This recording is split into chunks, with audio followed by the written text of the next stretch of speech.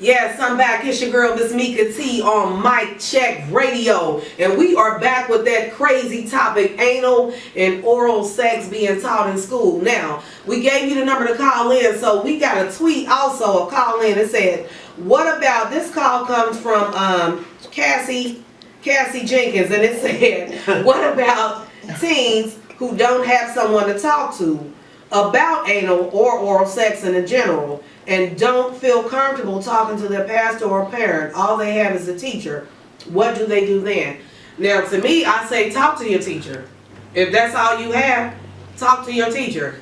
If you have a best friend, be careful what you tell your best friend. I just put it like that. You might not want to tell your best friend that you're thinking about doing either one of those. Right.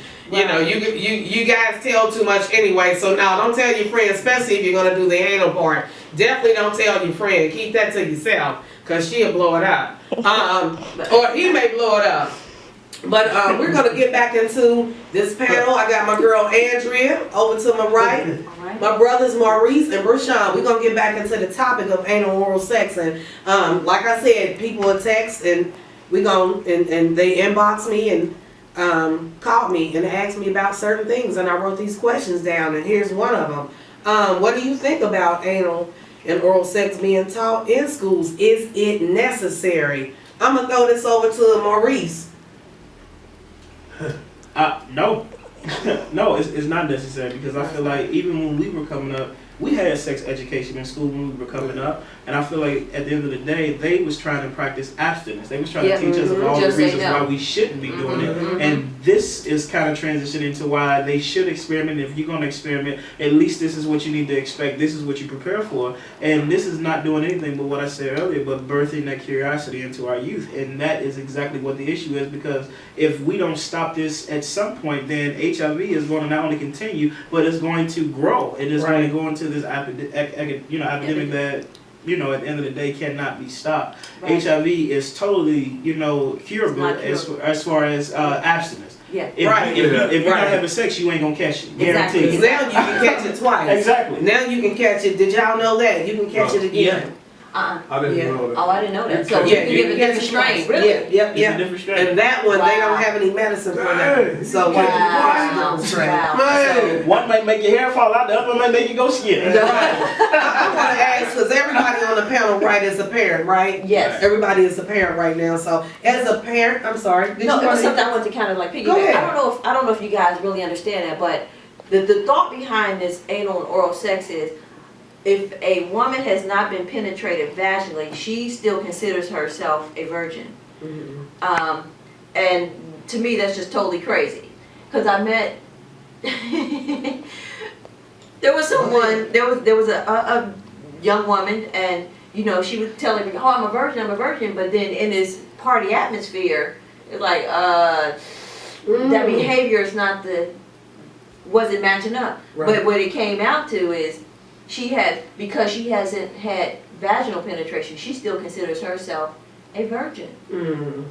She forgot about the oral. Yeah, but she still considers herself having, because she's had anal sex. That's not the same. Right. Oh, so okay. So and that's the worst. I mean, that's worse than. that really is. You gotta break past that one wall. But the thing is, that's teaching them false hope. Because if you're having anal sex and it's unprotected, you come up, somebody infect you, you're about to get married.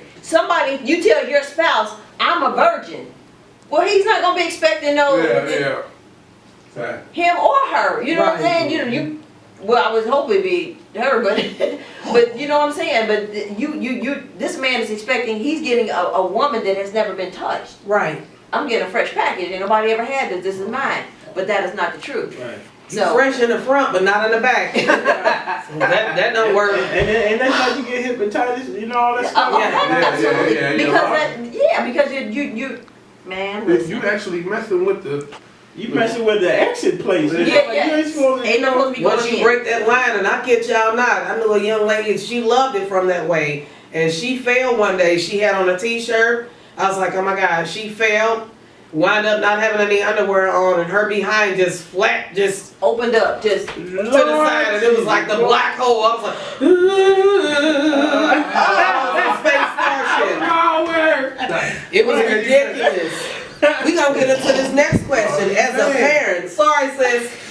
this We got as a caller. a parent. Shondo. How would you We got a feel? caller, We huh? got a call. Oh, we got a caller. Hold We got on, a caller, guys. y'all. We have a caller.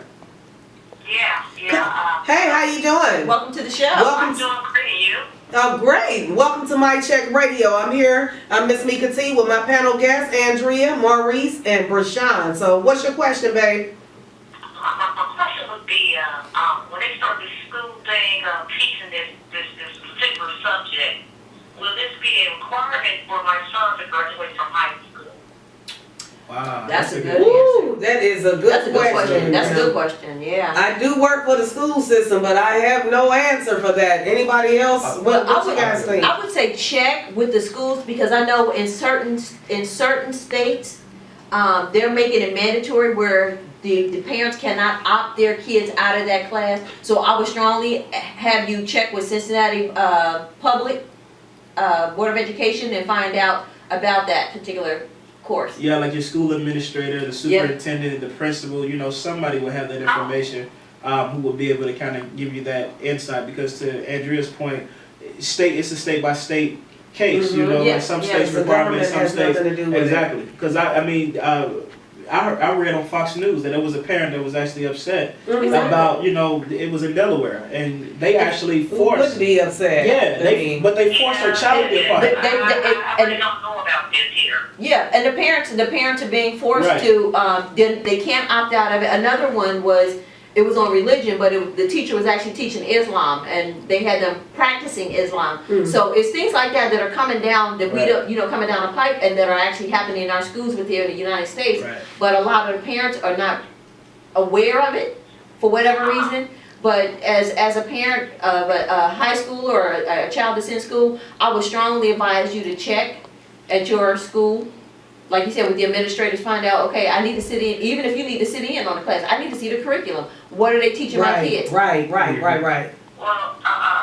guys know when this is going to go in effect or anything like that? Oh, or will it be a vote? It's already, some places already in effect.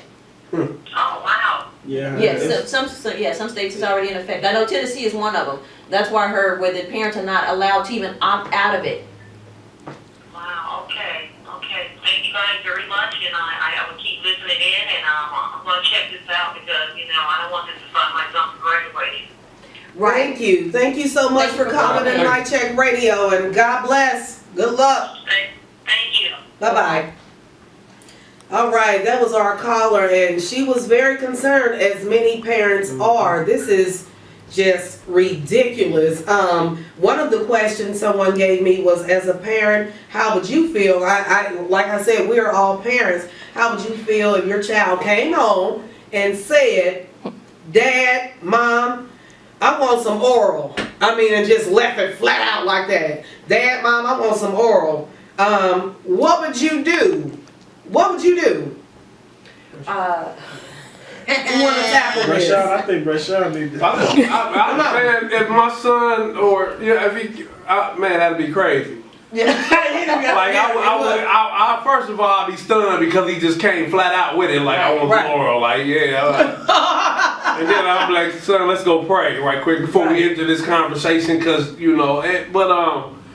I would have to be, first of all, I would have to be a parent, and I would have to I would have to teach him biblically first. You know what I mean? I would have to show him biblically, this is what we go under.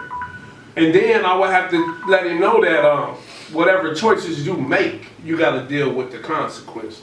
Absolutely. And just, being able to explain to him, like, that's not a good thing to do, but I'm letting you know, if you go out and do it, you're going to deal with the consequences that come behind it. Absolutely. And because there's consequences that come with these things. Absolutely. I was the type person that, I grew up and I went and did what I wanted to do. I was raised by the hood. I was raised by the streets. So, to be honest, I was out.